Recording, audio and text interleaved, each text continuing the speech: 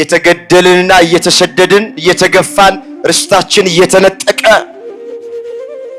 ዝም የምንለው ፈሪ ስለሆን አይደል፣ አቅመቢስ ደካማም ስለሆን አይደል፣ ትዕግስት ከአምላካችን ስለተማረን።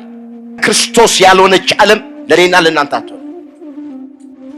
ክርስቲያኖችን በአሰቃቂ ሁኔታ እየገደሉ ሌሎቹ ተስፋ ቆርጠው ማተባቸው እንዲበጥሱ ከሃይማኖታችን እንድንወጣ ሃይማኖታችን እንድንቀይር ለማድረግ ነው።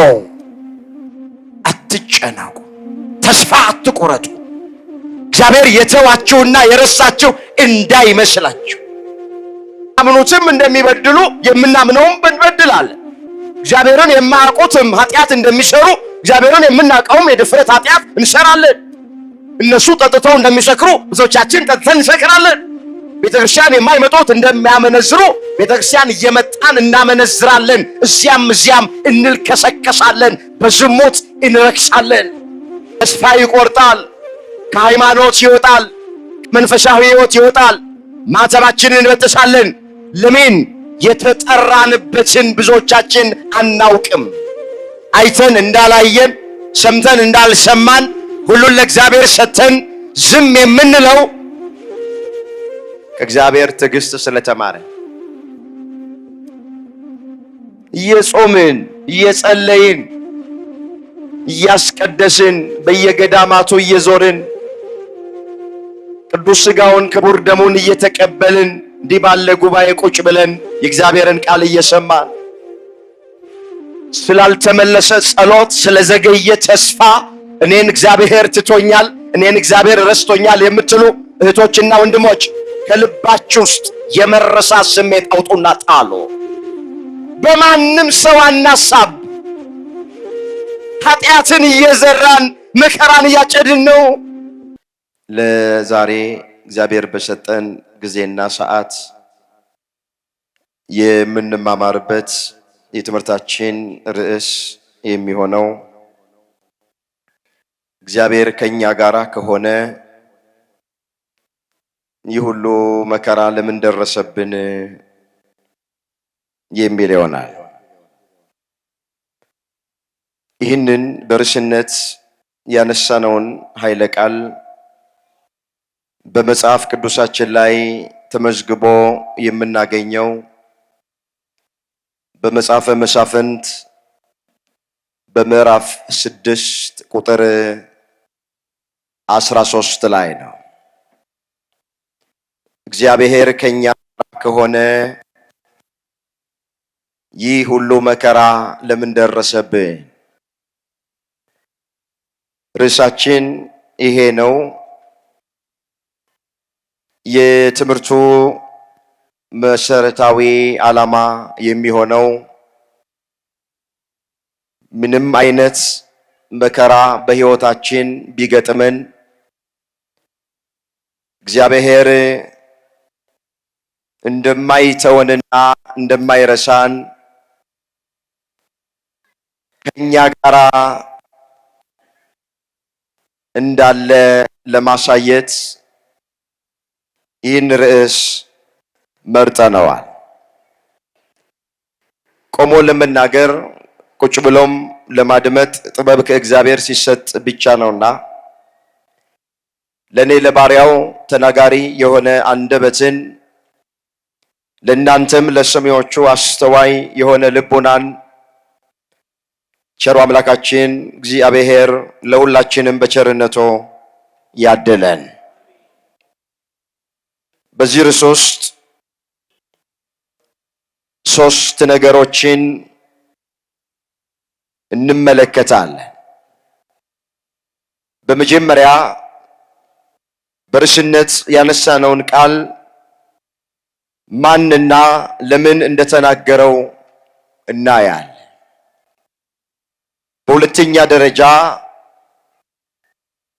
መከራ ለምንድን ነው የሚገጥመን የሚለውን ምክንያቱን እንመለከታለን። ሶስተኛና የመጨረሻ አሁን ከዚህ ታሪክ እኛ የምንማረው ምን እንደሆነ ተመልክተን ትምህርታችንን ለዛሬ እንቋጨዋለን። እግዚአብሔር ከኛ ጋር ከሆነ ይህ ሁሉ መከራ ለምን ደረሰብን? ርዕሱን የመረጥንበት ምክንያት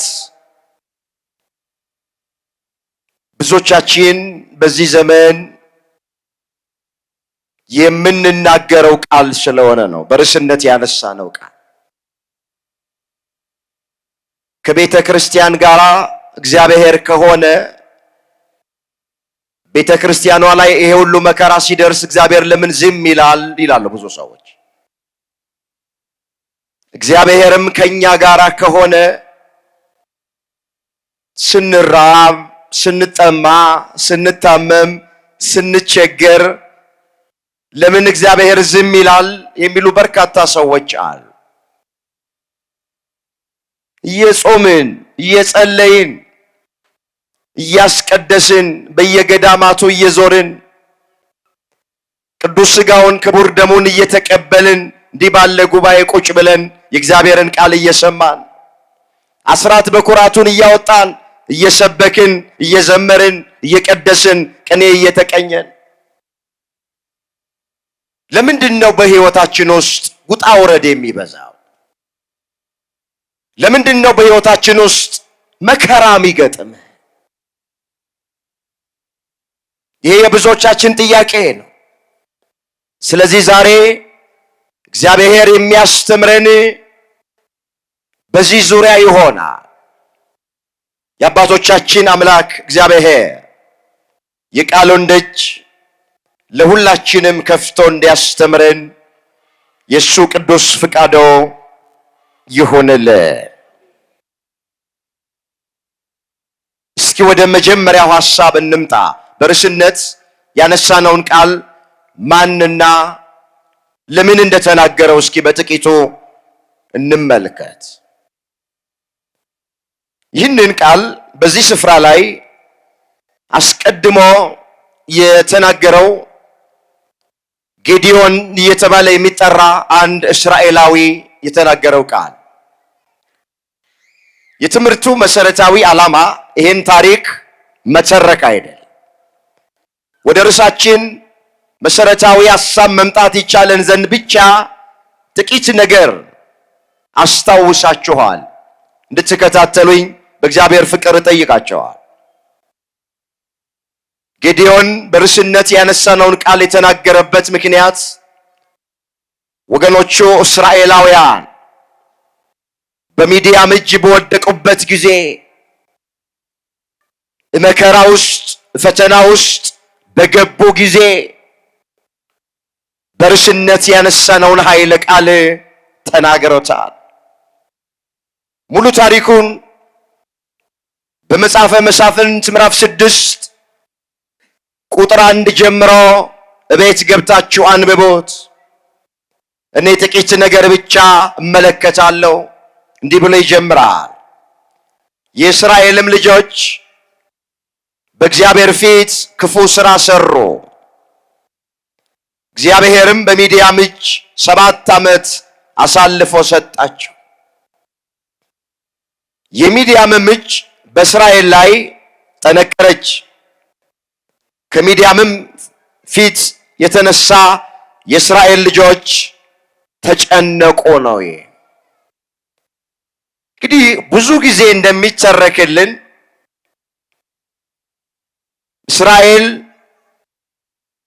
እስራኤል ተብለው የተጠሩት በአባታቸው በያዕቆብ ምክንያት እግዚአብሔር ለዚህ ሕዝብ ያላደረገላቸው ያደርግላቸው ዘንድ የሚገባ ያስቀረባቸው ምንም ነገር የለም። ከ430 ዓመት የግብፅ የባርነት ቤት በ9 የተለያዩ ተአምራት በ10ኛ ሞተ በኩር በ11ኛ ስጥመተ ኤርትራ ባህር ነፃ አውጥቷቸዋል። የነፃነትን ጉዞ ሲጓዙ በራፊዲም ምድረ በዳ፣ በሲና በረሃ፣ በቃዴስ በርኔ መና እያወረደ መግቧቸዋል። ከአለት ከጭንጫ ውሃ እያፈለቀ አጠጥቷቸዋል። የኢያሪኮን ቅጽር አፍርሶላቸዋል። የዮርዳኖስን ባህር ከፍሎ በደረቅ አሻግሯቸዋል።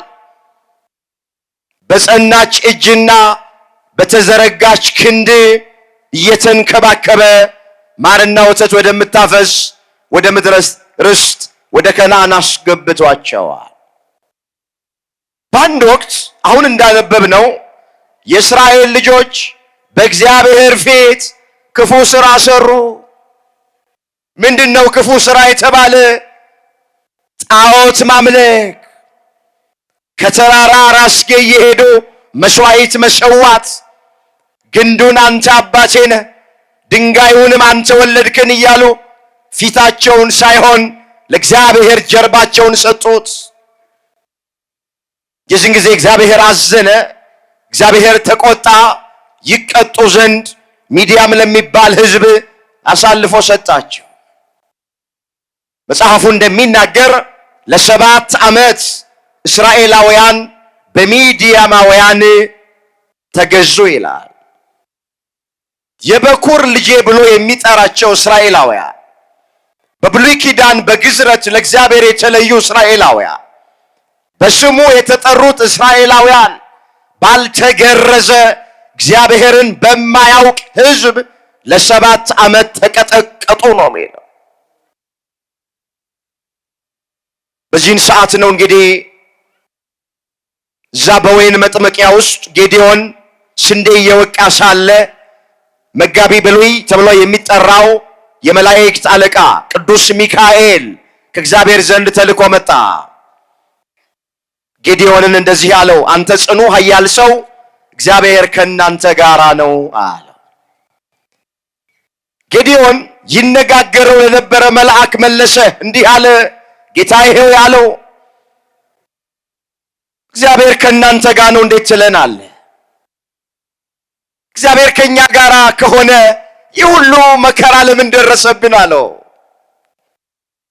ኑሯችን ዋሻ ውስጥ ነው፣ ጉድጓድ ውስጥ ነው፣ ምሽግ ውስጥ ነው።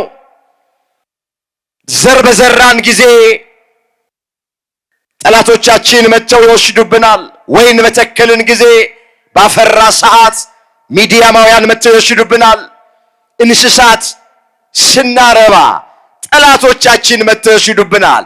ወጥተን ወርደን ላባችንን አፍስሰን ወዛችንን አንጠፍጥፈን በደከምንበት ነገር መጠቀም አልቻልንም። ከአባቶቻችን ጋር እግዚአብሔር ነበረ፣ ከግብፅ የባርነት ቤትም እንዳወጣቸው ነግረውናል። እኛን ግን ትቶናል፣ ረስቶናል፣ ለሚዲያም አሳልፎ ሰጥቶናል አለ ጌዲዮን። ባጭሩ በርስነት ያነሳሁት ቃል አሁን ከተረኩላችሁ ታሪክ ላይ የተገኘ ቃል ትቶናል አለ ጌዲዮን። ከአባቶቻችን ጋር ነበረ፣ መና ወርዶ መግቧቸዋል፣ ነግረውናል፣ በዝና እናውቃለን። ውሃ አፍልቆ አጠጥቷቸዋል፣ የኢያሪኮን ቅጽር አፍርሶላቸዋል፣ የዮርዳኖስን ባህር ከፍሎላቸዋል፣ የአሕዛብን ነገሥታት አጥፍቶላቸዋል። ማርና ወተት ወደምታፈስ ወደ ምድረ ርስት ወደ ከነዓን አስገብቷቸዋል። ከአባቶቻችን ጋር እርግጥ እግዚአብሔር ነበረ፣ እኛን ግን ትቶናል። መከራ የገጠመን እግዚአብሔር ስለተወን ነው አለ ጌዲዮን። እስኪ አንድ ጥያቄ ልጠይቃችሁ፣ እግዚአብሔር ይተወናል? ሁላችሁ መልሱ። ይተወናል ወይ? እግዚአብሔር ይረሳናል? እባካችሁ ከልባችን ውስጥ የመረሳት ስሜት አውጥተን እንጣል። ስላልተመለሰ ጸሎት፣ ስለዘገየ ተስፋ እኔን እግዚአብሔር ትቶኛል፣ እኔን እግዚአብሔር ረስቶኛል የምትሉ እህቶችና ወንድሞች ከልባችሁ ውስጥ የመረሳት ስሜት አውጡና ጣሉ። ማንንም ሰው እግዚአብሔር አይተው፣ ማንንም ሰው እግዚአብሔር አይረሳ። እግዚአብሔር ከኛ ጋር ነው። እስኪ ወደ ሁለተኛው ሐሳብ እንምጣ። ወደ ኋላ የምንመለከተው ሰፊ ነገር አለ ይሄን ግልጥ የሚያደርግ እሱ ከኛ ጋር እንደሆነ። ታዲያ እግዚአብሔር ከኛ ጋር ከሆነ ለምንድን ነው መከራ የሚገጥመን? ምክንያቱ ምንድን ነው? ወገኖቼ ሰው ለመከራ አልተፈጠረም። በደንብ አድርጋችሁ ስሙ። እንድንራብ፣ እንድንጠማ፣ እንድንታረዝ፣ እንድንታመም አድርጎ እንድንሞትም አድርጎ እግዚአብሔር አልፈጠረንም። ከውድቀት በፊት መራብ የለም፣ መጠማት የለም፣ ሞት የሚባል ነገር የለም። ሁሉን ስበው ያመጣው የሰው ልጅ ነው እንጂ ሰው እንዲሞት እንኳን ተደርጎ አልተፈጠረም ነበረ። 1000 ዓመት እየኖርን ስናረጅ እየታደስን እንደገና ደግሞ አሁንም 1000 ዓመት እየኖርን ስናረጅ እየታደስን ለዘላለም እንድንኖር ነበረ የእግዚአብሔር ፍቃድ። ከውድቀት በኋላ ነው መከራ፣ ፈተና፣ መራብ፣ መጠማት፣ መታመም፣ ውጣ ውረድ የሚባሉት ነገሮች አሁን እያንዳንዳችንን የሚያስጨንቁን ነገሮች የገጠሙን ከአዳም ውድቀት በኋላ ነው።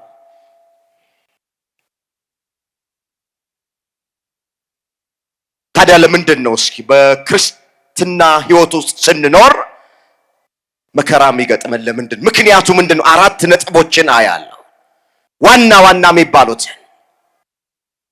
አንደኛ ባለመታዘዝ ምክንያት መከራ ይገጥመናል። አሁን ታሪካቸውን የተረክንላቸው እስራኤላውያን በሚዲያም እጅ የወደቁት፣ ለሚዲያማውያን ተላልፈው የተሰጡት መከራ የገጠማቸው ባለመታዘዛቸው ምክንያት ነው። ቁጥር 1 ላይ ምንድን ነው የሚለው? የእስራኤልም ልጆች በእግዚአብሔር ፊት ክፉ ሥራ ሰሩ፣ ኃጢአትን አደረጉ፣ ለእግዚአብሔር አልታዘዛሉ። እግዚአብሔር በሚዲያም እጅ አሳልፎ ሰጣቸው ነው የሚለው። ስለዚህ ከታሪኩ እንደምንረዳ በመጀመሪያ መከራ ወደኛ የሚመጣበት ምክንያት ባለመታዘዝ ምክንያት ነው። የእግዚአብሔርን ድምፅ አልሰማም በማለት ምክንያት እንደ ራሳችን ሐሳብ፣ እንደ ራሳችን ፈቃድ ስንመላለስ መከራ ይገጥመናል። ለእግዚአብሔር አልታዘዝም ስንል መከራ ይገጥመናል። መጽሐፍ እንደዚህ ይላል፣ እሺ ብትሉ ለእግዚአብሔር ብትታዘዙ የምድርን በረከት ትበላላችሁ፣ እምቢ ብትሉ ብታምፁ ግን ሰይፍ ይበላችኋል። ትንቢተ ኢሳይያስ ምዕራፍ 1 ቁጥር 19 የእግዚአብሔር ቃል። እሺ ብትሉ ለእግዚአብሔር ብትታዘዙ የምድርን በረከት ትበላላችሁ። የምድር በረከት ሰላም፣ የምድር በረከት ፍቅር፣ የምድር በረከት ደስታ፣ የምድር በረከት ጥጋብ፣ የምድር በረከት ጤንነት ለእግዚአብሔር እሺ ብላችሁ ከታዘዛችሁ የእናንተ ነው። እንቢ ብትሉ ብታምፁ ሰይፍ ይበላችኋል። ሰይፍ ረሃብ ይበላችኋል። ሰይፍ ጦርነት ይበላችኋል። ሰይፍ ወገኖቼ በዓለም ያሉት መከራዎች ይገጥሟችኋል። ስለዚህ በመጀመሪያ ወደ ሰው ልጆች መከራ በምን ምክንያት ይመጣል ብለን ስንል ለእግዚአብሔር ባለመታዘዝ ምክንያት። ምንድን ነው የሚለው ሐዋርያው ቅዱስ ጳውሎስ በዚህ በኤፌሶን መልእክቱ ምዕራፍ 5 ቁጥር 5 ላይ የተመዘገበ ቃል ላነበው ፈልጋለሁ። ሴሰኛ ወይም ኃጢአተኛ ወይም ቀማኛ ወይም ጣዖት የሚያመልክ ሁሉ በእግዚአብሔር ልጅ በክርስቶስ መንግሥት እድል ፈንታ እንደሌለው ይህን እወቁ አለና በከንቱ ነገር የሚያስታችሁ አይኖር። በዚህ ጠንቅ በማይታዘዙ ሰዎች ላይ የእግዚአብሔር ቁጣ ይመጣል። እስኪ በማይታዘዙ በሉ ልጆች ላይ የእግዚአብሔር ቁጣ ይመጣል። የማን ቁጣ? በማይታዘዙ ለእግዚአብሔር በማይታዘዙ ላይ የእግዚአብሔር ቁጣ ይመጣል። ትእዛዙን የማይጠብቁ እንደ ሕጉ በማይኖሩ ለእግዚአብሔር አልመች ለሚሉ ሁልጊዜ ኃጢአትን እንደ ውሃ የሚጠጡ መከራ ይገጥማቸዋል። አለመታዘዝ ይሄ ነው። ምንድነው ጠቢቡ ሰለሞን ያለው? ኃጢአትን የሚዘራ መከራን ያጭዳል ነው ያለው። መጽሐፈ ምሳሌ ምዕራፍ 22 ቁጥር 8 ላይ የተመዘገበ ቃል። እስኪ እንበለው አብረን፣ ኃጢአትን በሉ እስኪ የሚዘራ መከራን ያጭዳል። ምንን ያጭዳል? ስለዚህ ሁላችሁ በማንም ሰው አናሳብ። ኃጢአትን እየዘራን መከራን እያጨድን ነው። ኃጢአትን የሚዘራ መከራን ያጭዳል አለ መጽሐፍ። ምንድነው ኃጢአት? አታድርጉ የተባልነውን ማድረግ ኃጢአት ነው። አድርጉ የተባልነውን አለማድረግ ኃጢአት ነው። ኃጢአት በሁለት መንገድ ነው የሚፈጸመው። እደግመዋለሁ። ኃጢአት በመጀመሪያ አታድርጉ የተባልነውን አድርገን ከተገኘን ኃጢአት ሰርተናል። ለምሳሌ አታመንዝሩ ተብለናል። ስናመነዝር ከተገኘን ኃጢአት ነው ይሄ። አትስረቁ ተብሏል። ስንሰርቅ ከተገኘን ኃጢአት ነው። አትስከሩ ተብሏል። ጠጥተን ስንሰክር ከተገኘን ኃጢአት ነው ይሄ። አትዋሽ ተብሏል። ስንዋሽ ከተገኘን ኃጢአት ነው። ኃጢአት አታድርጉ የተባለውን ማድረግ ነው። ሁለተኛ ኃጢአት ማለት አድርጉ የተባልነውን አለማድረግ። እናትና አባትህን አክብር ተብሏል። እናትና አባትን አለማክበር ኃጢአት ነው። የሰንበትን ቀን ትቀድሰው ዘንድ አስብ ተብሏል። ሰንበትን አለማክበር ኃጢአት ነው።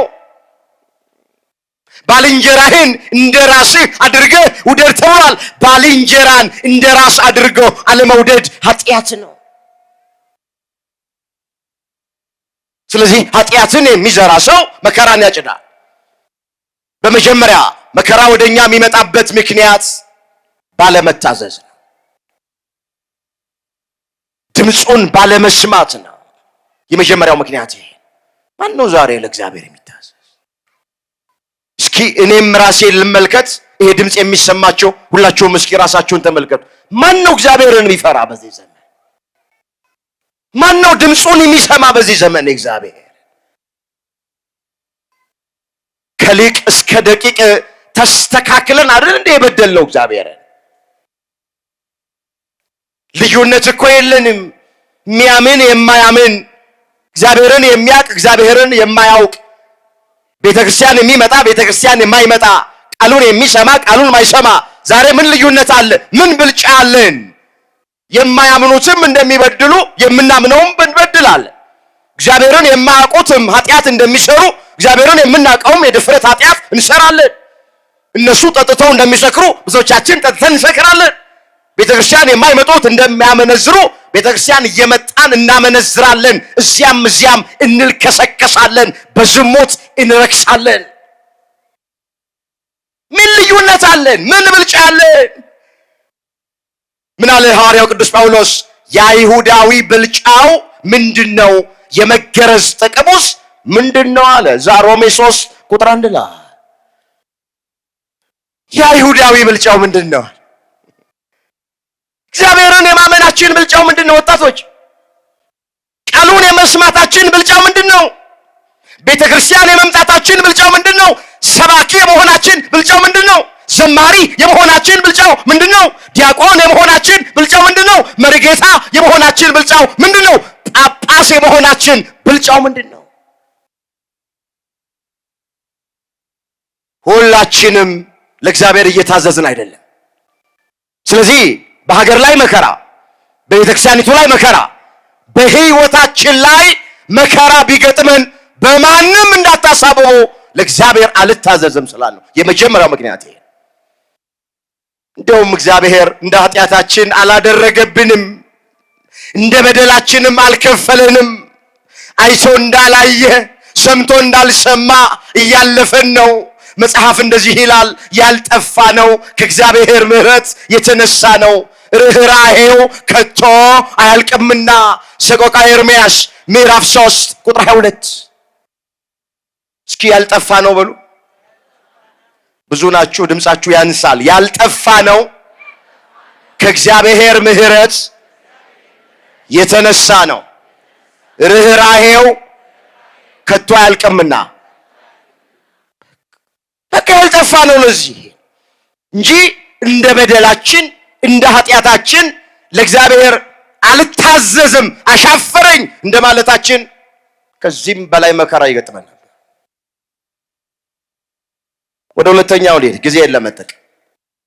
በሁለተኛ ደረጃ ለምንድን ነው መከራ የሚገጥመን? የተጠራንበት ዓላማ ስለሆነ። እስኪ የተጠራንበት በሉ ዓላማ ስለሆነ መከራ ይገጥመናል። ይሄ ነው መጽሐፍ ይሄንን ነው የሚለው። የተጠራችሁት ለዚህ ነውና ክርስቶስም ደግሞ ፍለጋውን እንድትከተሉ አዎ መከራ ተቀብሎ ምሳሌ ትቶላችኋል። እሱ ሲሰድቡት መልሶ አልተሳደበም። መከራ ሲያደርሱበት አልዛተም። ነገር ግን በጽድቅ ለሚፈርድ ራሱን አሳልፎ ሰጠ። አንደኛ ጴጥሮስ ምዕራፍ 2 ቁጥር 1 ላይ የተመዘገበ እግዚአብሔር ቃል። ባካችሁ ለምን እንደተጠራን እንወቅ።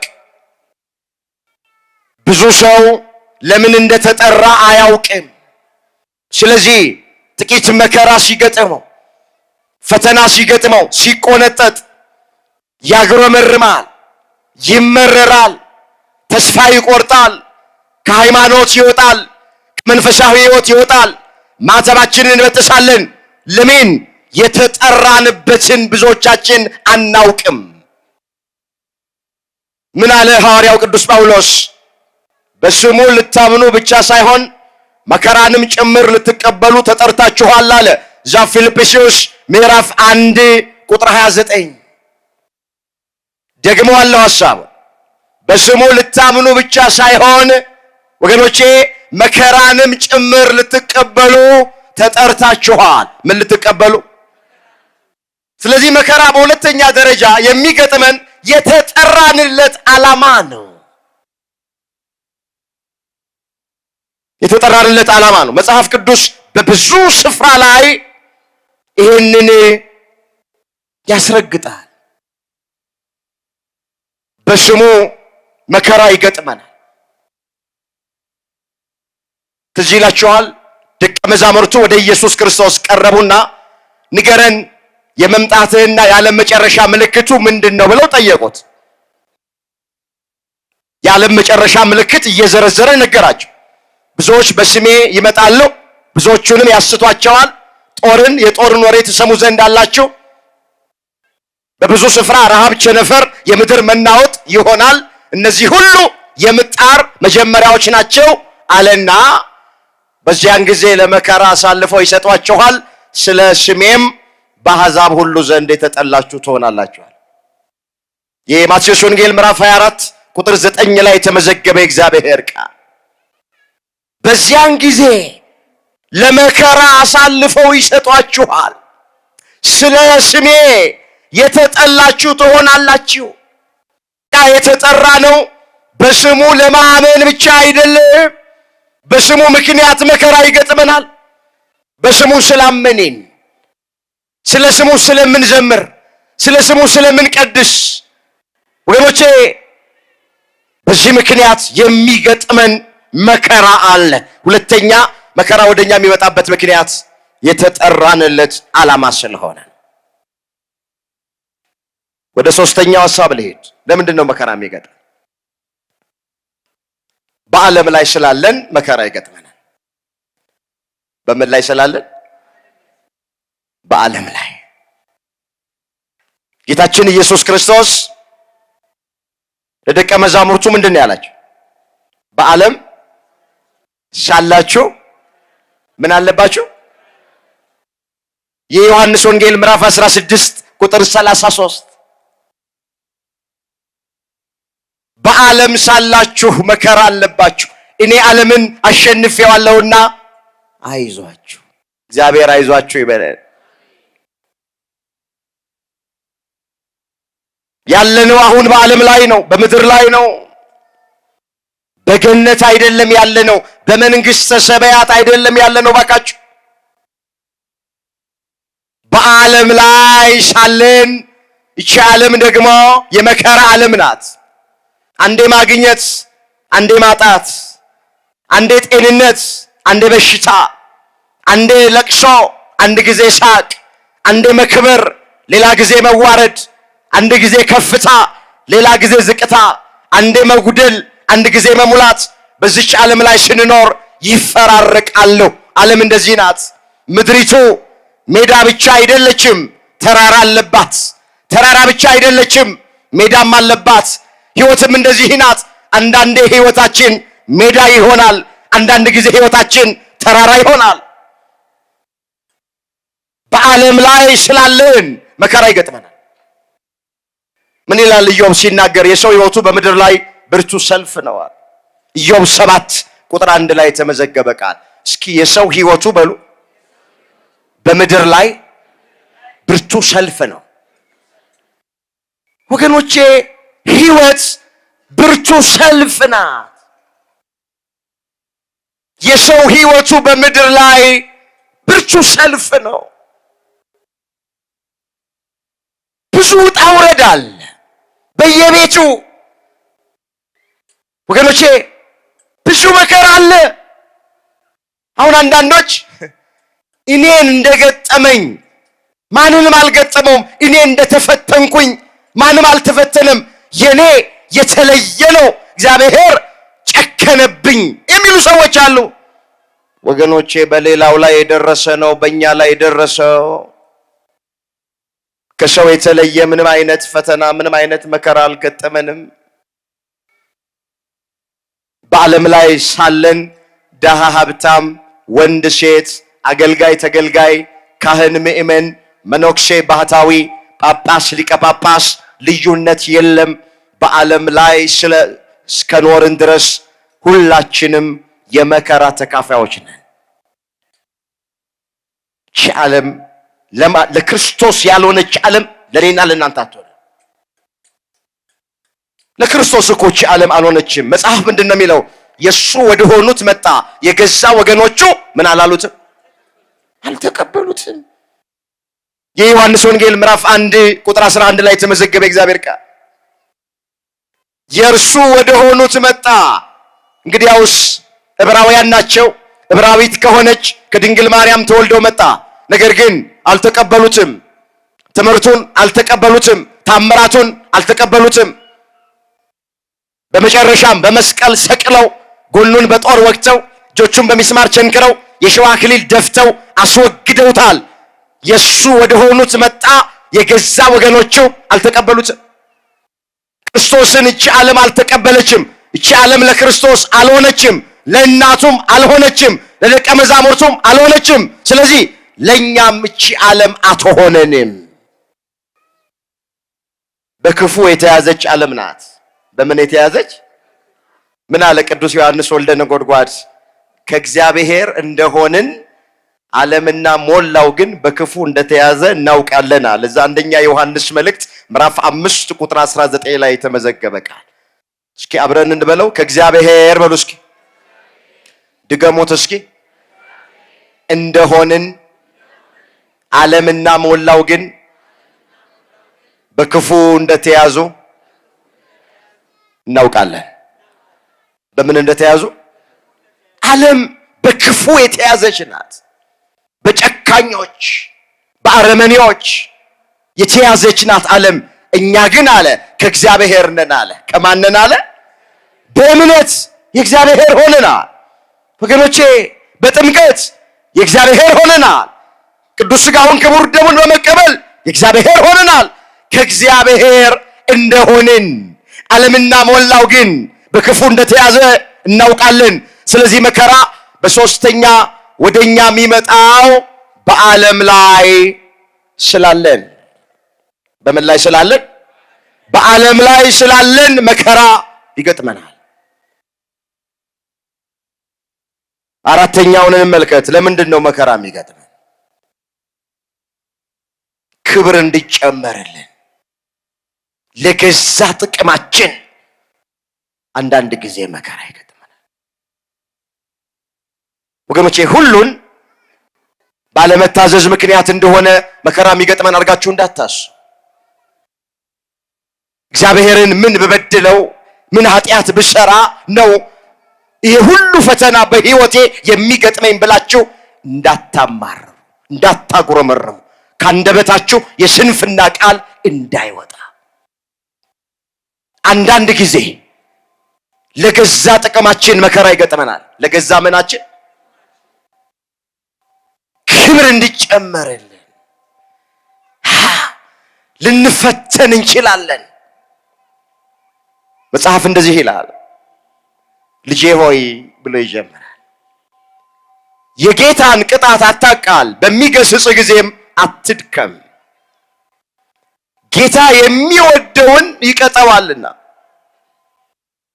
ስለዚህ ለመቀጣት ታገሱ፣ እግዚአብሔር እንደ ልጆቹ ያደርግላችኋል። አባቱ የማይቀጣው ልጅ ማን ነው? ሁሉ የቅጣት ተካፋይ ሆነዋል። ያለ ቅጣት ብትኖሩ ለእግዚአብሔር ዲቃላ እንጂ ልጆቹ አይደላችሁም። ስለዚህ እግዚአብሔር ይላል ዝቅል ብሎ ለገዛ ጥቅማችን ይቀጣናል ይላል። ዕብራውያን 12 ቁጥር 6 ላይ ተመዘገበ ቃል። እስኪ እግዚአብሔር በሉ፣ ለገዛ ጥቅማችን ይቀጣናል። ለገዛ ምናችን? በአራተኛ ደረጃ መከራ ወደ ሰው ልጆች የሚመጣው ክብር እንዲጨመርልን ነው። ለገዛ ጥቅማችን ነው። ጽናታችን እንዲለካ ነው። ጠላት ዲያብሎስ እንዲያፍር ነው። እግዚአብሔር ስለተወን አይደለም። እግዚአብሔር ስለረሳን አይደለም። እግዚአብሔር ከኛ ስለተለየ አይደለም። ከልባችሁ ውስጥ ይሄን ስሜት አውጡና ጣሉት።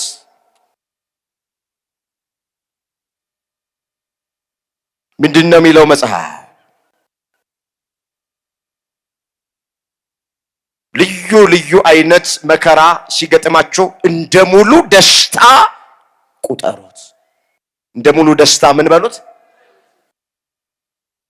እዚህ ያዕቆብ መልእክት ምዕራፍ 1 ቁጥር 2 ላይ የተመዘገበ እግዚአብሔር ቃል ልዩ ልዩ አይነት መከራ፣ ልዩ ልዩ አይነት ፈተና ሲገጥማችሁ እንደ ሙሉ ደስታ ቁጠሩት። ተስፋ አትቆረጡ፣ አትጨነቁ፣ አትዘኑ፣ አትመረሩ፣ አታጉረምርሙ። ካንደበታችሁ የስንፍና ቃል አይውጣ። ክርስቲያን ልዩ ልዩ አይነት መከራ ሲገጥመው እንደ ሙሉ ደስታ ይቆጥራል። በተለይ ክርስቲያን በመሆናችን የእግዚአብሔር ልጆች በመሆናችን በሚገጥመን ነገር ደስ ልንሰኝ ይገባል። በዚህ በአንደኛ ጴጥሮስ ምዕራፍ 4 ቁጥር 12 ጀምሮ ይህንን ሐሳብ ግልጥ የሚያደርግ አንድ ቃል ተመዝግቧል። አየዋለሁ። እንደዚህ ይላል፣ ወዳጆቼ ሆይ ብሎ ይጀምራል። በእናንተ መካከል እንደ እሳት ሊፈትናችሁ ስለሚሆነው መከራ ድንቅ ነገር እንደመጣባችሁ አትደነቁ አለና፣ ነገር ግን በጌትነቱ በተገለጠ ጊዜ ደግሞ ደስ ብሏችሁ ሐሴት እንድታደርጉ ክርስቶስን በመከራ ትመስሉት ዘንድ ደስ ይበላችሁ። ስለ ክርስቶስም ብትነቀፉ ብፁዓን ናችሁ፣ የእግዚአብሔር ኃይል የክብሩ መንፈስ በእናንተ ላይ ያርፋልና። ከእናንተ መካከል እንደ ነፍሰ ገዳይ ወይም እንደ ሌባ ወይም እንደ ክፉ አድራጊ ወይም በሌሎች ጉዳይ እንደሚገባ ሆኖ ማንም መከራ አይቀበል። ክርስቲያን እንደመሆኑ መከራ ቢቀበል ግን ስለዚህ እግዚአብሔርን ያመስግን እንጂ አይፈር። በክርስቶስ ክርስቲያን፣ በወልድ ውሉድ፣ በመንፈስ ቅዱስ መንፈሳውያን ተብለን በመጠራታችን ምክንያት በሚገጥመን መከራ ማንም ሰው እንዳያፍር አለ ቅዱስ ጴጥሮስ። እንደውም ደስ ይበላችሁ፣ የክብር መንፈስ የኃይል መንፈስ ትቀበላላችሁ፣ የእግዚአብሔር ልጆች ትባላላችሁ። በደስታ እንደ ሙሉ ደስታ ቁጠሩት፣ ተቀበሉት። ስለዚህ በአራተኛ ደረጃ መከራ የሚገጥመን ክብር እንዲጨመርልን ነው ወገኖቼ፣ ለገዛ ጥቅማችን ነው።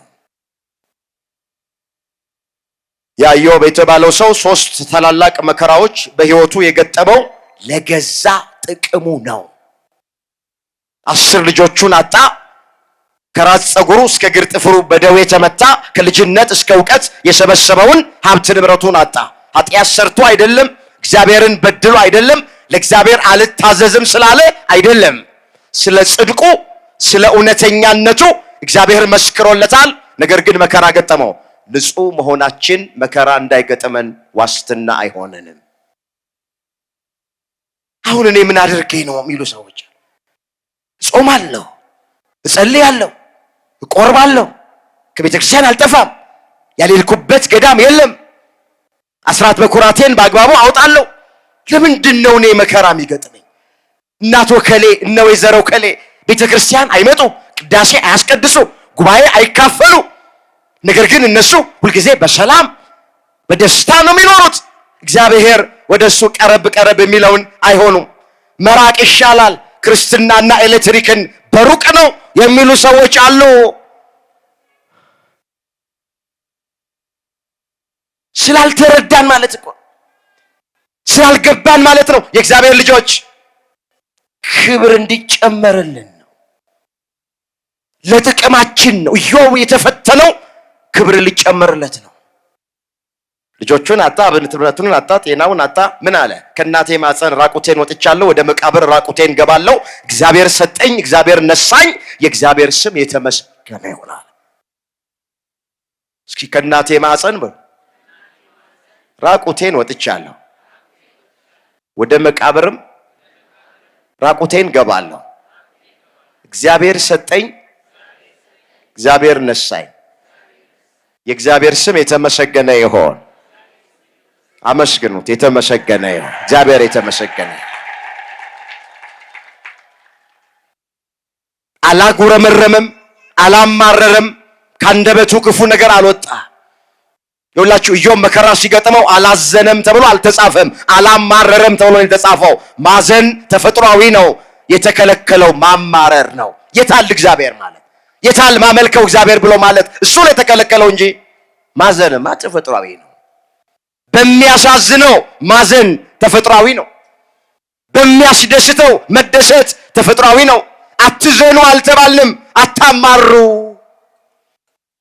ተስፋ አትቁረጡ፣ ካንደበታችሁ ክፉ ነገር አይውጣ። መከራ ሲገጥመን እንደ ሙሉ ደስታ እንቁጠር። በቤተ ክርስቲያን ላይ፣ በግል ህይወታችን ላይ፣ በትዳራችን ላይ፣ በልጆቻችን ላይ፣ በጤናችን ላይ፣ በንግዳችን ላይ ስንቱን ልተርክ፣ ሂዱበት። በሁለንተናችን ላይ ምንም ነገር ይጠመን አናማረርም፣ ተስፋ እናቁርጥ። ምንድን ነው ያለው ዳዊት? ስርዓትን ታስተምረኝ ዘንድ ያስጨነከኝ ለመልካም ሆነልኛል። እዛ መዝሙር 118 ቁጥር 73 ላይ የተመዘገበ ቃል። እስኪ አብረን እንበለው። ስርዓትህን እማር ዘንድ ያስጨነከኝ ለመልካም ሆነልኝ። ለምን ሆነልኝ? ምንህን ታስተምረኝ ዘንድ። አንዳንዴ ስርዓቱን ሊያስተምረን ለገዛ ጥቅማችን እግዚአብሔር ያስጨንቀናል። በእስር ቤት ውስጥ ሊያሳልፈን ይችላል። ጤናችንን ወስዶ አልጋ ላይ ሊጥለን ይችላል። እናታችንን በሞት አባታችንን በሞት ሊወስድብን ይችላል። ወንድማችንን እህታችንን ሊወስድ ይችላል። እግዚአብሔር ሊያስጨንቀን ይችላል። እግዚአብሔር ስርዓትህን ታስተምረኝ ዘንድ ያስጨነከኝ ለመልካም ሆነልኝ። እግዚአብሔር አንዳንድ ጊዜ እያስጨነቀ ያስተምራል። አልጋ ላይ ጥሎ ያስተምራል። እስር ቤት ውስጥ አስገብቶ ያስተምራል። እግዚአብሔር በአንድም በሌላም ይናገራል። ሰው ግን አያስተውልም። ኢዮብ 33 ቁጥር 14 በብዙ በመከራ ይናገራል። መከራ እግዚአብሔር የሚናገርበት አንዱ መንገድ ነው። ስለዚህ አይዟችሁ፣ ምንም ነገር በህይወታችሁ ይግጠማችሁ፣ አትጨናቁ፣ ተስፋ አትቁረጡ። እግዚአብሔር የተዋችሁና የረሳችሁ እንዳይመስላችሁ። በእነዚህ በአራት ምክንያቶች መከራ ይገጥመናል። አሁን እንደ ሀገርም እንደ ቤተክርስቲያንም በግል ሕይወታችንም ያለነው መከራ ላይ ይሄ ሀገር ያወቀው ፀሐይ የሞቀው የአደባባይ ምስጢር ነው፣ የማይደበቅ ዜና ነው። ግን እግዚአብሔር ቤተክርስቲያንን ስለተዋት አይደለም፣ ክርስቲያኖቹን ስለተወ አይደለም፣ እኛንም ስለተወንና ስለረሳን አይደለም። እንደዚህ ብላችሁ እንዳታስቡ።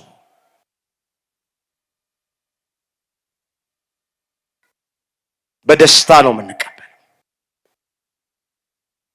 አብያተ ክርስቲያናት ሲቃጠሉ እንሰማለን፣ ክርስቲያኖች ሲታረዱ እንሰማለን፣ ሲሰደዱ እንሰማለን፣ መከራ ሲገጥማቸው እንሰማለን። ብዙ ነገር እየሰማን እዚህ ደርሰን እያየን እዚህ ደርሰን ወገኖቼ፣ ክርስቲያኖች ፈተና ሲገጥማቸው በደስታ የምንቀበለው እየተገደልንና እየተሰደድን እየተገፋን ርስታችን እየተነጠቀ ዝም የምንለው ፈሪ ስለሆን አይደል፣ አቅመቢስ ደካማም ስለሆን አይደል፣ ትዕግስት ከአምላካችን ስለተማረን በቀል የኔ ነው እኔ ብድራቱን እመልሳለሁ ስለሚል ነው አምላካችን እግዚአብሔር። በመሞት እንጂ በመግደል የእግዚአብሔር መንግስት ስለማትወረስ ነው። በቤተ ክርስቲያኒቱ ላይ በወገኖቻችን ላይ ብዙ ነገር እየደረሰ አይተን እንዳላየን ሰምተን እንዳልሰማን ሁሉን ለእግዚአብሔር ሰጥተን ዝም የምንለው ከእግዚአብሔር ትዕግስት ስለተማረን እግዚአብሔር የበቀል አምላክ እንደሆነ ስለምናውቅ ነው። ፍትህ ርቱ የሆነለት አምላካችን ስለሆነ ነው። አይቶ ጽዋው ሲሞላ እግዚአብሔር እንደሚፈርድ ስለምናምን። ሶስተኛና የመጨረሻውን ማጠቃለያውን እንመልከት። አሁን ከዚህ ታሪክ እግዚአብሔር ምንድን ነው የሚያስተምረን?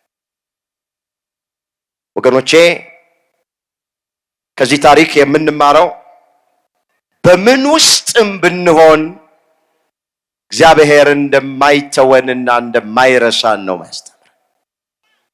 እንመለስ ወደ ርዕሳችን ጋር። እግዚአብሔር ከኛ ጋር ከሆነ የሁሉ መከራ ለምን ደረሰብን አለ? ትቶናል፣ ረስቶናል አለ። ታሪኩን ግን ስናነበው እግዚአብሔር በጥቂት ሰዎች እስራኤላውያንን ከሚዲያማውያን እጅ ነፃ አውጥቷቸዋል። እንደ አንበጣና እንደ ኩብኩባ የሚርመሰመሰውን የሚዲያም ሰራዊት ወገኖቼ ቀንደ መለከት ይዘው ባዶ ማሰሮ ይዘው ችቦ ይዘው እስራኤላውያን ድል አድርጓቸዋል። ዘምረዋል። እግዚአብሔር ተዋጊ ነው ስሙም እግዚአብሔር ነው ብለው ዘምረዋል። ስለተዋቸው አይደለም፣ ስለረሳቸው አይደለም፣ በክፉ ስራቸው ባለመታዘዛቸው ምክንያት ነበረ ሚዲያማውያን የሰለጠኑባቸው። ወደሱ ሲመለሱ ንስሐ ሲገቡ እግዚአብሔር ረድቷቸው አግዟቸው በጠላቶቻቸው ላይ ድል እንዲቀዳጁ አድርጓቸዋል። ስለዚህ እኛም ኦርቶዶክሳውያን ይሄ ድምጽ የሚሰማችሁ እግዚአብሔር ከኛ ጋር አለ። እግዚአብሔር ከማን ጋር አለ? ከኛ ጋር አለ። ግን እግዚአብሔር ከኛ ጋር አለ ማለት በሕይወታችን ምንም ነገር አይገጥምንም ማለት ግን አይደለም። እንዳትሳሳቱ። የዮሴፍን ታሪክ ሁላችሁ ታውቃላችሁ። እግዚአብሔር ከዮሴፍ ጋር ነበረ ተብሎ ተጽፏል። ዘፍጥረት 39 ቁጥር 2 ላይ እንዴ በዮሴፍ ሕይወት ውስጥ ግን መከራ አልነበረም? እንዴት አለ? በገዛ ወንድሞቹ ተሽጧል፣ ወደ ጉድጓድ ውስጥ ተጥሏል። ያለ ወንጀሉ እንደ ወንጀለኛ ተቆጥሮ፣ ያለ ኃጢአቱ እንደ ኃጢአተኛ ተቆጥሮ ወገኖቼ ወደ ወህኒ ቤት ዮሴፍ ተጥሏል። መጽሐፉ እኮ የሚለው እግዚአብሔር ግን ከዮሴፍ ጋር ነበር እኮ ነው። ለካ እግዚአብሔር ከኛ ጋር ሆኖም ልንታመም እንችላለን። እግዚአብሔር ከኛ ጋር ሆኖ መከራ ሊገጥመን ይችላል። እግዚአብሔር ከኛ ጋር ሆኖ ፈተና ሊገጥመን ይችላል። እግዚአብሔር ከኛ ጋር ሆኖ ልንቀጣ እንችላለን፣ ልንሰደድ እንችላለን፣ ልንገደል እንችላለን። እግዚአብሔር ከቤተ ክርስቲያኗ ጋር የለም አትበሉ፣ ከክርስቲያኖች ጋር የለም አትበሉ። እግዚአብሔር ከኛ ጋር ሲሆን ሁልጊዜ አልጋ ባልጋ ነው ማለት አይደለም። ሁልጊዜ ደስታ፣ ሁልጊዜ ፈሽታ፣ ሁል ጊዜ ዝማሬ ማለት አይደለም። ፈተና መከራ አለ። ደቀ መዛሙርቱ ምንድን ነው ያላቸው? እስከ ዓለም ፍጻሜ እኔ ከእናንተ ጋር ነኝ ብሏቸዋል። የማቴዎስ ወንጌል ምዕራፍ 28 ቁጥር 19 ላይ እስከ ዓለም ፍጻሜ ክርስቶስ ከደቀ መዛሙርቱ ጋር ነበረ። በደቀ መዛሙርቱ ሕይወት ውስጥ ግን ፈተና አልነበረም ስንል ሞልቷል። ይራቡ ነበር፣ ይጠሙ ነበር፣ ይታሰሩ ነበር፣ ይገረፉ ነበር፣ ወይን ቤት ውስጥ ይጣሉ ነበር። መጨረሻቸውም በመስቀል እየተሰቀሉ የቁልቁሊት አንዳንዶቹ ሞተዋል። በሰይፍ የተቀሉ አሉ፣ ወደ አናብስት ጉድጓድ ውስጥ የተጣሉ አሉ፣ እንደ ሽንኩርት የተከተፉ አሉ፣ እንደ ጧፍ የነደዱ አሉ፣ እንደ ሻማ የቀለጡ አሉ። እኔ ከእናንተ ጋር ነኝ ካላቸው በኋላ ይህን ሁሉ መከራ ተቀብለዋል። መጽሐፍ ቅዱስን ስታነቡት ከሐዋርያት መካከል አንዱም ሰው ታሞ ሞተ ተብሎ አልተጻፈም። ሁሉም ወገኖቼ በሰይፍ ነው የተቀሉት፣ በእሳት ነው የተቃጠሉት፣ በመንኮራኩር ነው የተፈጩት፣ መከራ እየተቀበሉ ያለፉት። ስለዚህ እግዚአብሔር ከኛ ጋራ እንደሆነ እርግጠኛ መሆን መቻል አለብን። ምንም ነገር አይኖቻችን ይመልከቱ፣ ጆሮቻችን ይስሙ፣ ተስፋ አንቆርጥ። እርፍ ጨብጠን ወደ ኋላም አንመለከት። ከሃይማኖታችን ውስጥ አንወጣ።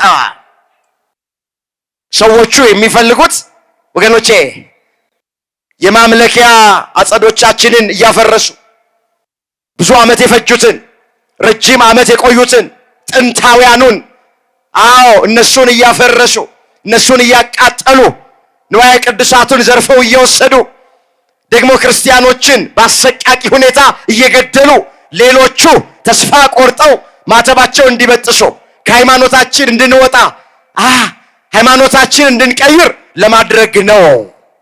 አስተውለናል።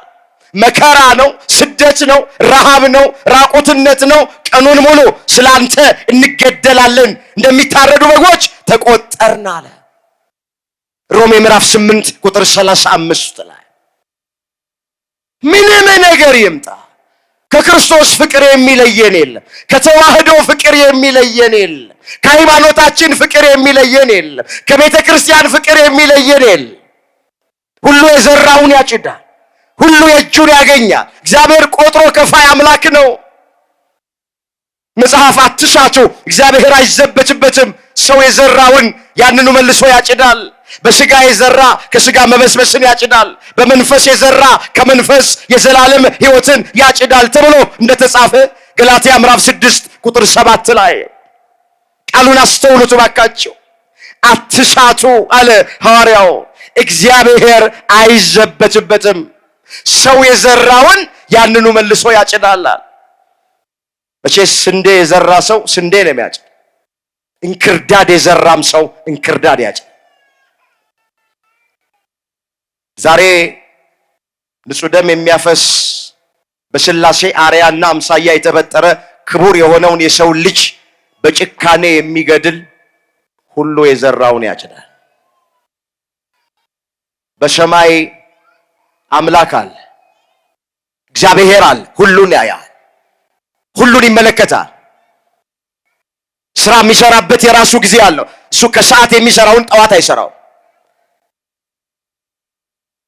በሳምንት የሚሰራውን በዕለት አይሰራውም። እግዚአብሔር በወር የሚሰራውን በሳምንት አይሰራውም። ለእግዚአብሔር የሥራ ጊዜ አለው ተብሏል። ኦርቶዶክሳውያን ክርስቲያን ወገኖቻችን በምትሰሙት በምታዩት በወገኖቻችን ላይ በሚደርሰው ነገር ተስፋ እንዳትቆርጡ። እቺ እምነት እዚህ የደረሰችው አልጋ በአልጋ በሆነ መንገድ አይደለም። ታውቃላችሁ፣ አባቶቻችን የቀደሙት ዋጋ ከፍለዋል። ቆዳቸው ስልቻ እስኪሆን፣ ጽህማቸው እስኪነጭ፣ ጥርሳቸው እስኪወልቅ እሳት ውስጥ ተጥለው በሰይፍ ተቀልተው ተሰደው ተገርፈው ታስረው መከራ ተቀብለው ነው ችን ሃይማኖት እኛ ጋር ያደረሱት። አሁን እነሱ ከገጠማቸው አኳያ አሁን እኛ እየገጠመን ያለው ምንም ማለት አይደለም። አይቆጠርም፣ አይወዳደርም፣ አይነጻጸርም እንደውም።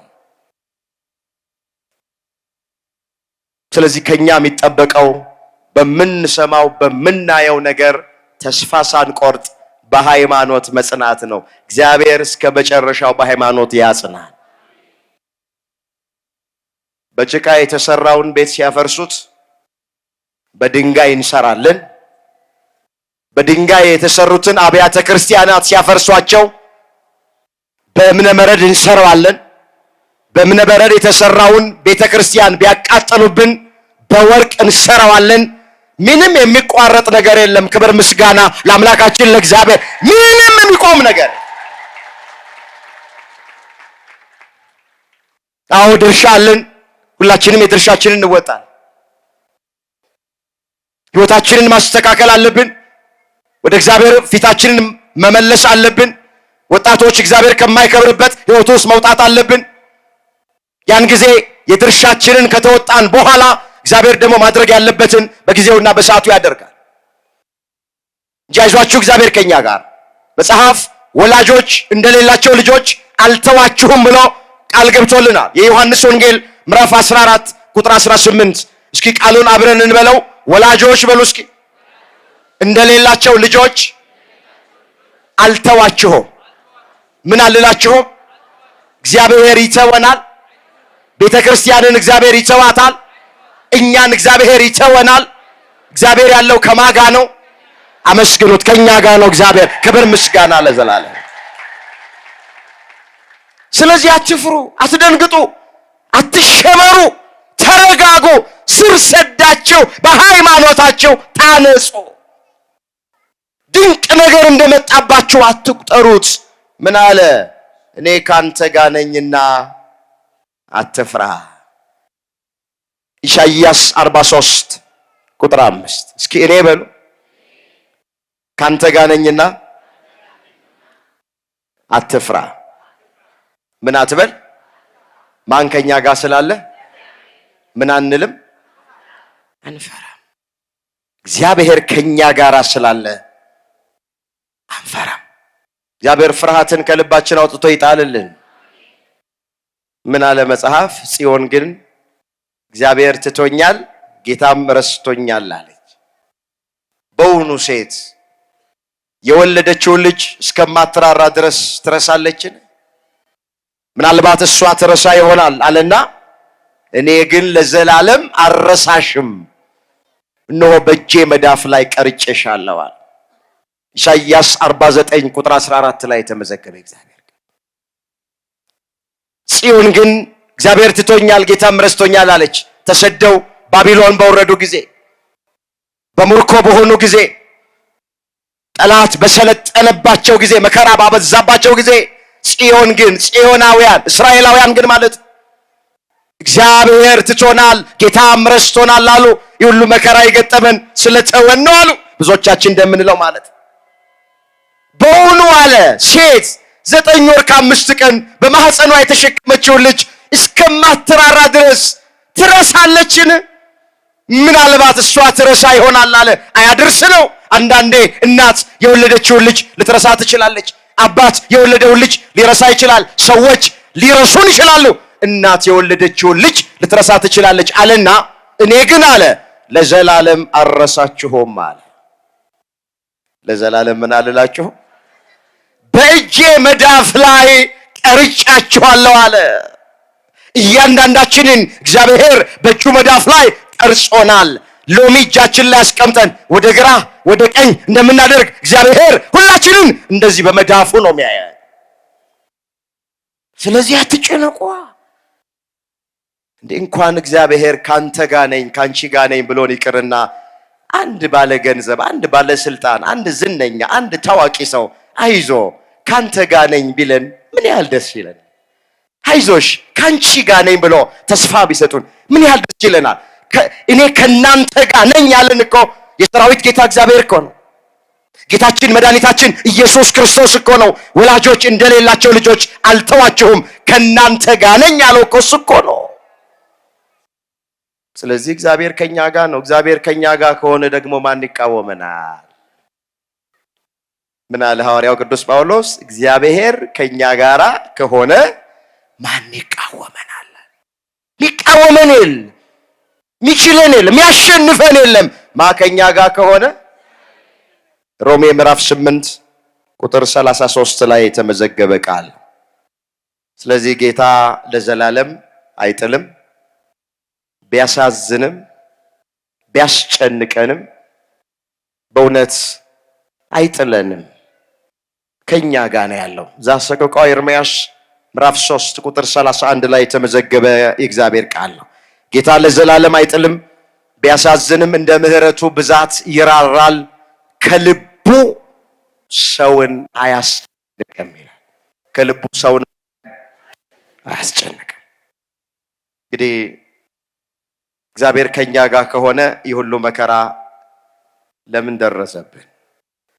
ከኛ ጋር ስላልሆነ አይደለም ወገኖቼ። ክብር እንዲጨመርልን ነው። ለገዛ ጥቅማችን ነው። ጽናታችን እንዲለካ ነው። የእግዚአብሔር ማዳን በእኛ ላይ እንዲገለጥ ነው። ጠላት ዲያብሎስ ክፎች እንዲያፍሩ ነው። ይህ ሁሉ ነገር በቤተ ክርስቲያን ላይ በክርስቲያኖች ላይም እየደረሰ ያለ።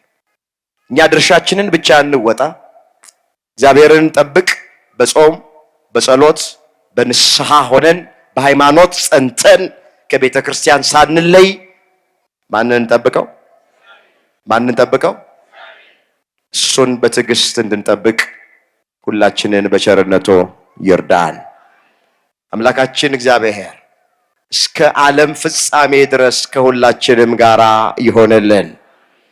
በሃይማኖታቸው ምክንያት የተሰደዱትን የሞቱትን ነፍሳቸውን በአብርሃም በይስሐቅ በያዕቆብ አጠገብ ያሳርፍልን። የተቃጠሉትን አብያተ ክርስቲያናት መልሰን እንድንሰራቸው እግዚአብሔር ያግዘን። እንሰራለን አንሰራ? እንሰራለን። ቅድም እንዳልነው ነው። የድንጋይ ከሆኑ በብሎኬት ይሰራሉ። ምንም የሚቆም ነገር የለም። ሁሉ ነገር ይቀጥላል። አምላካችን እግዚአብሔር በሃይማኖታችን ሁላችንን ያጽናን። ያስተማረን፣ የመከረን፣ የገሰጸን የአባቶቻችን አምላክ እግዚአብሔር ስሙ የተመሰገነ ይሁን። ድንግል ማርያም ጣዕሟን ባንደበታችን ፍቅሯን በልባችን ትሳልብን።